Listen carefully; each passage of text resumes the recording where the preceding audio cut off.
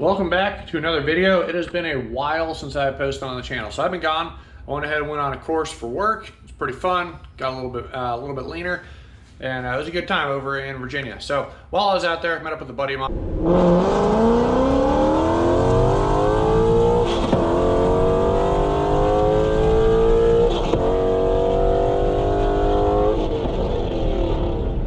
And I think we're going to go ahead and try and plan a cruise for a little bit later in the year.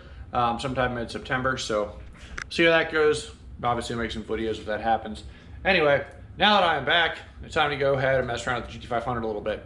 So while I was out there, I had some time to think about a couple things, and a couple things I wanted to adjust. So number one, I went ahead and got some new tires on. I did want to show you guys, so a while back, I'm talking like 2 or 3 years ago, when I put on the 315s on the 9.5 inch wide factory SVT PP wheels.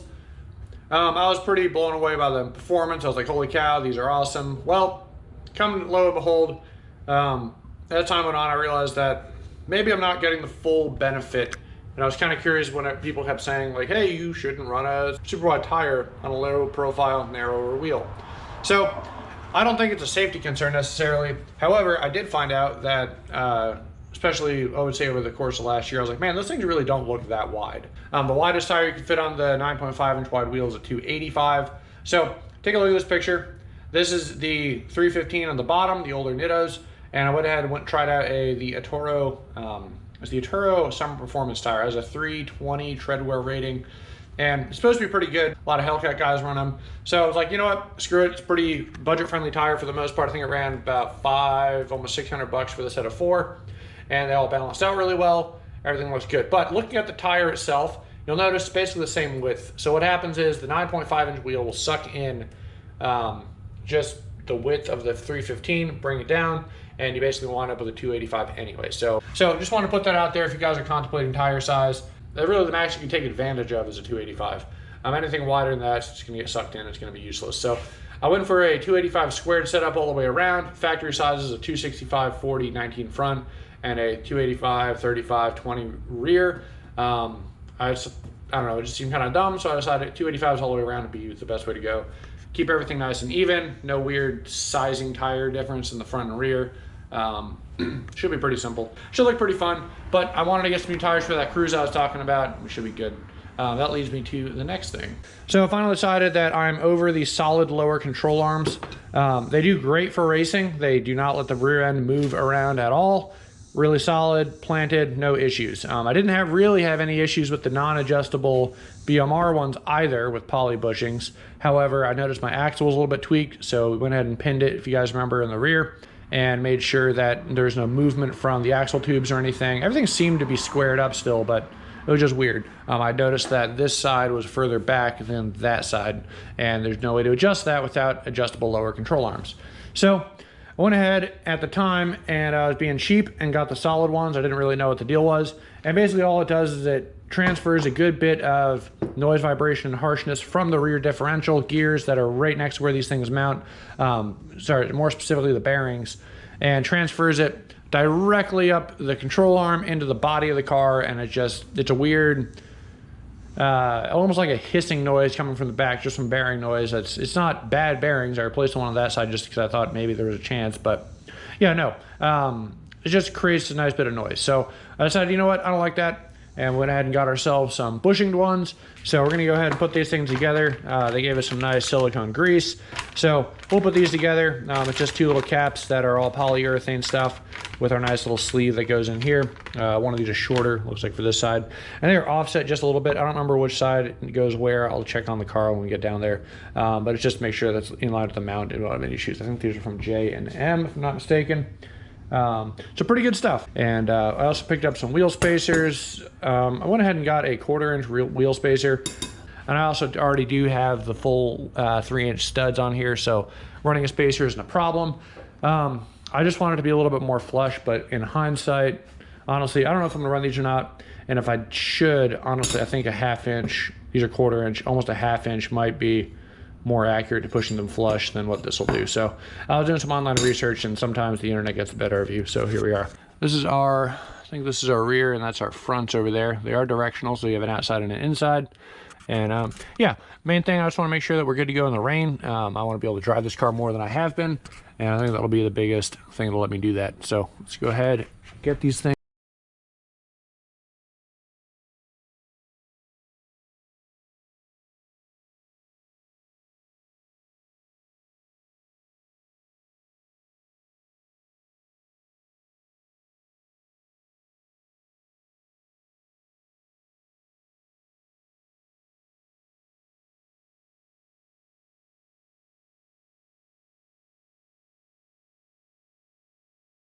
Front's on, 35 PSI.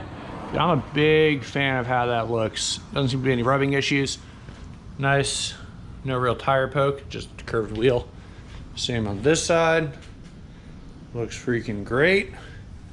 And the biggest thing I didn't like about the 65 is on the wheel, it always kind of like, I felt like it had to stretch the tire a little bit to get on there. And this fits it like perfectly flush. Like that looks really good. I'm a big fan of that. So great looking tire, very happy with that. So let's go ahead and get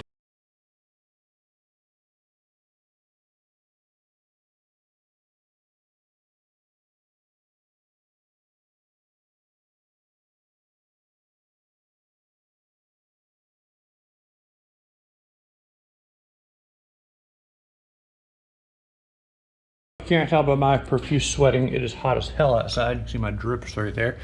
Anyway, what I did completely forget is obviously we are putting in our new lower control arm. So control arm replacement is very easy. One bolt here, one bolt there. They come out. We'll match the length to our new ones. And it looks like the offset is in the back right there. I don't know if you guys can tell. Keeps everything nice and straight with up front. So that's where that goes. And then go ahead and get the new ones in. But so the kit is a little bit different. Looks like it has two rotational ball joints essentially. They're going to go into these two conical shaped bushings, and then we're going to press our pipes through all the way. That's going to be for our bolts. And then these right here are the grease that goes around each of these. You make sure they're well greased, and then we should be good. So you can see that these are adjustable in length, just like my current ones. We should be able to get back within the exact spec I want. Other than that, we should be good to go.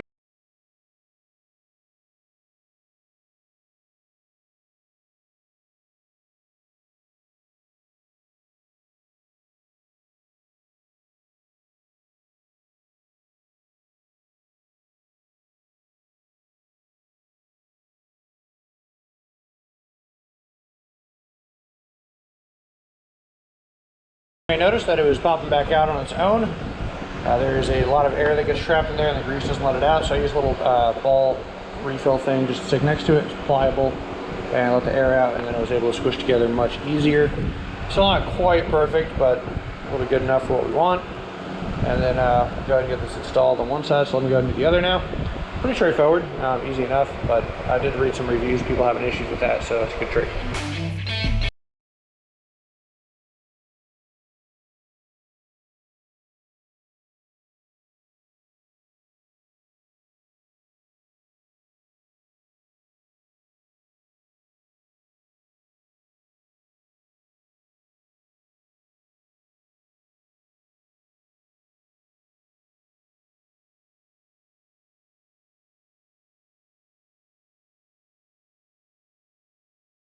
So they are in. Every once in a while you have those dumb moments. Put the bushings in first, then put your sleeve in. Holy cow, there's a place for air to go. So yeah, that was my bad.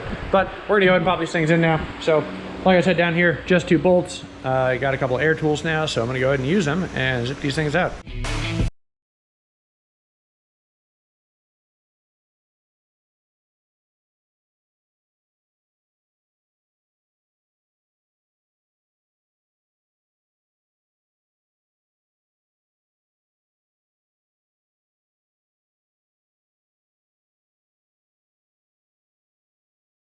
Same length. Realistically, I can set them again once they're in the car, but just to kind of get them close, should be easy enough. Went ahead and stuck the bolt in here. You kind of see how these are now perfectly parallel.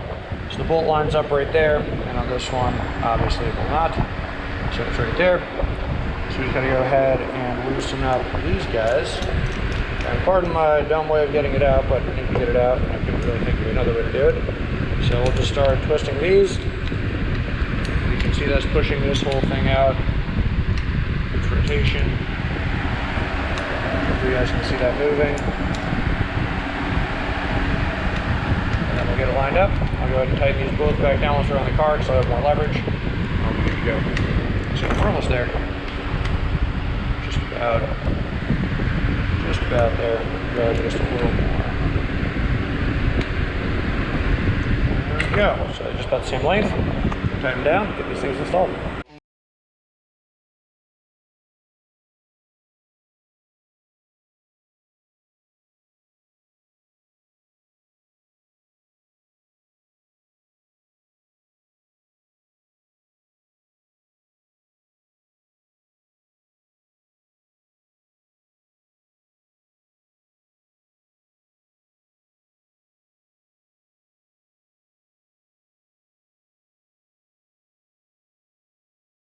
And honestly, that might be perfect. Looking at it right down the side, you can see it just has the ever so slightly. Let's see if we can get you lined up perfectly. Ever so slightly. It's just about flush. So when it's on the ground, we have plenty of clearance. The thing's never going to dip that hard. Plenty of wheel clearance here, no issues. I think a 1/4 inch honestly might be perfect. I mean, that's pretty damn spot on to perfect. So I'm pretty happy with that. I'm going to go and do the other side now, and we should be almost there. All right, I'm gonna do the other control arm off camera. That thing is a pain in the butt. Ignore my ghetto-ness when it comes to getting that sucker on there, but it's on, it's secured, it's good. For whatever reason, I keep forgetting to buy an 18mm freaking short, stubby socket, which is why I keep having problems on that particular side, but we're good now. And we'll go ahead and get the other side on. All right, so got them both on. I adjusted my panhard bar a little bit because I realized it was poking out too far to this side. So now that's just about flush. Looks pretty sweet. And same with this side, just about flush right where I want it. So looks pretty sweet. Underneath the car, you guys can see if you need a quick refresher, but that's the adjustable panhard bar right there. It's got our adjustable lower control arms, adjustable uppers, and the main reason for making sure everything is adjustable so we can center our axle. I think the reason, so I did notice that like that side is shorter than that side, and I legitimately think the reason is because the BMR relocation brackets probably, I'm gonna go ahead and take a shot in the dark, but I don't think they're welded on perfectly straight. I'm gonna bet you that that one is either welded on a little bit forward or that one is welded on a little bit backwards, and that's where a difference in length is coming from. Almost guarantee it. So nothing too crazy, just it is what it is. But if you are curious, when it comes to wider wheels, you can definitely run them. Hopefully you can see how much clearance you have between the shock and the wheel. So well over an inch. Something I would consider in the future. I might widen these up about a full inch, maybe 1.5 inches, and go 11-inch wide wheel. And I know they would fit with no problem. Even 11.5 allegedly fit, but that's starting to push things a little bit. I don't want to relocate too much stuff, but 11-inch wide wheels I think might be in my future eventually, but not right now. So everything else seems to be good.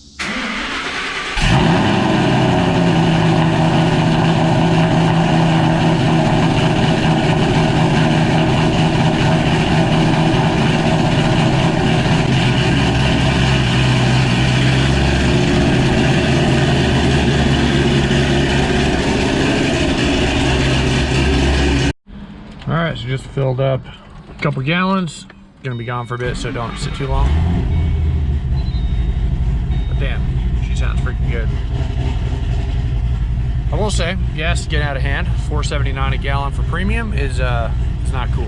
So, without further ado, let's get back on the road and let's go over how we feel about this thing. All right, making our way into the highway. And it feels pretty good. Let's see.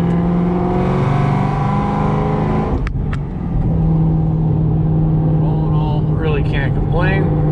Seems to be doing solid with the wheels and tires.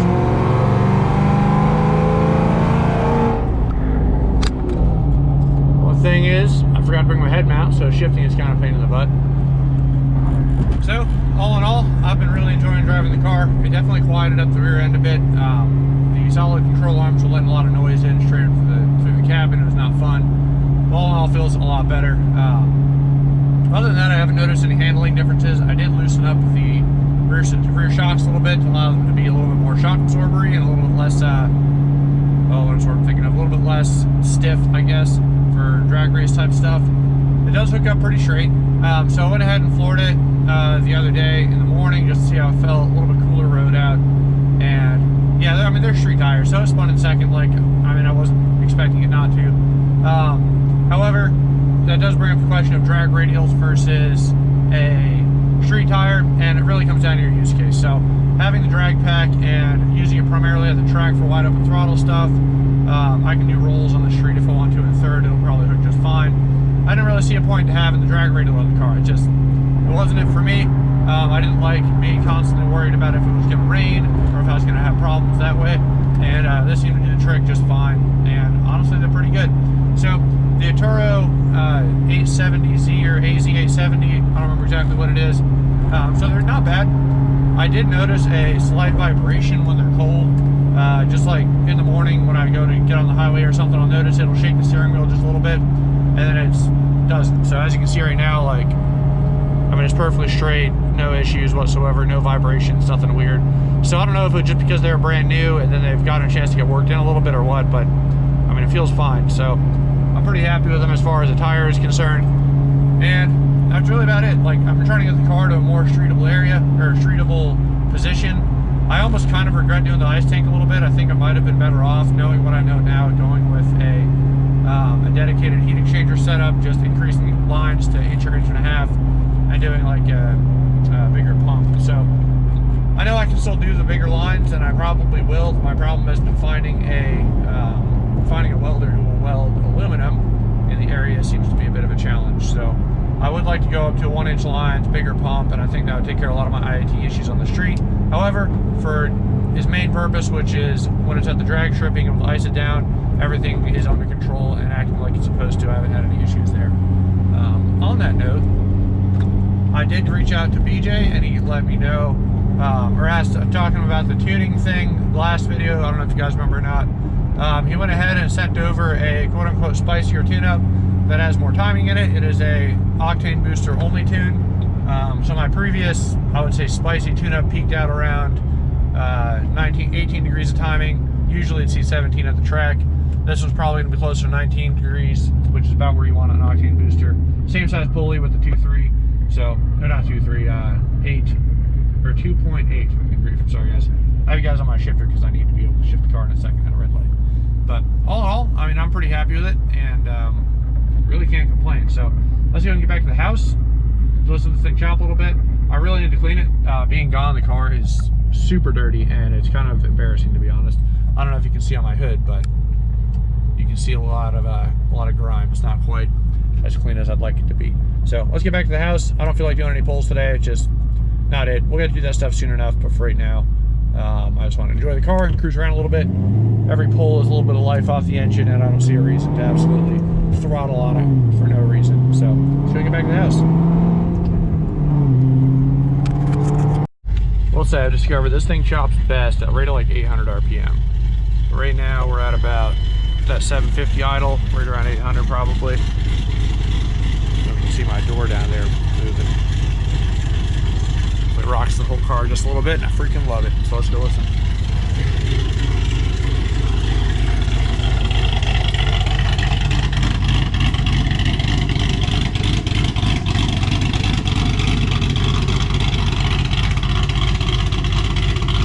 Yeah, well, it's running. Let's go ahead and check out the tires. So you can see kind of a little bit old rubber. I got to get off here from drag racing. That'll come off with no issues. But these are the tires. So 285s. You can see where they're wearing right at the edge of the tread there, which is where you want. I have my 31 PSI, is just dirt and grease. I got to get off the rim because I haven't cleaned them yet. But yeah, that 1/4-inch spacer, put it right about where I want it. I think it looks pretty sweet. Oh, she's chopping so good. And then same deal on this side. I went ahead and I had to adjust my panhard bar just a little bit. I always forget that these wheels really do have a little bit of concave going on here. They look very flat in pictures, but when you're actually up on an angle, they have a nice little bit of bow there, which is nice. Same with the fronts. Big fan of the 285 in the front. No rubbing or no issues like that, and I think it fills out the wheel very nicely, and it's awesome having it match front to rear. No differences in sidewall height. I think it looks really nice. So let me know what you guys think in the comments. But 285 is a squared setup. Awesome. Dirty car, not awesome. That'll get cleaned up. You can see I saw my drag race thing on there. That was over a month ago now. So yeah, but big fan of how it looks. So you guys let me know what you think. Pretty happy. God, she sounds so freaking good, man. Yep, I think the only thing I'd like to address, honestly, is maybe some bigger ice tank lines in the future. Kind of help get that flow up, possibly a bigger pump. But I mean, other than that, guys, she's freaking... This thing is such an awesome car. I'm falling in love with it all over again. So, real happy to be back on a tree setup. The control arms are in there nice and tight. Everything's good there. Yeah, she's freaking sick. So, just needs a good wash. She'll be good to go. Oh, I did want to ask you guys, what are your thoughts? I'm thinking about doing the bigger hood vents. I'll throw a picture in here. Just because my IATs and everything are very hot at idle. Just everything kind of circulates, all the hood heat and everything from the engine bay. Feel a little bit coming out the top here because I took out the weather stripping, but they have some track spec vents that come up here. The only thing I don't like is they don't really cover these angles very well, and I'll show you what I'm talking about in the pictures. I just feel like, I don't know. So we'll see. It would also require cutting in the hood. I can get a replacement hood for relatively cheap, and this hood isn't perfect. It's got a bunch of rock dings. It's got some little bit of bubbling going on. I think it's just on that one side. So like, it's not gonna kill me to put something on there like that, but I don't know what you guys think. Other than that though, I mean, she's a beast. Absolute beast. Love this car. One more cam chop and I think that'll do it for this video. Corsa Sports. Perfect. Alrighty guys, so that's gonna go ahead and do it for this video. Hope you enjoyed. I'm gonna go ahead and put the car back in the garage. Hopefully we'll get some more fun stuff going on here. I have a trip planned for Virginia to go hang out with somebody, do some mountain driving. I think that'll be awesome. But one thing at a time. So that's gonna do it for the video. Happy to be back. I don't know how many YouTube videos I'm gonna be making in the future. Content's slowed down drastically now that the maintenance heavy truck is gone. Just kind of is what it is. So sorry for the rambling, but thanks again guys, and I will see you in the next video. Take it easy.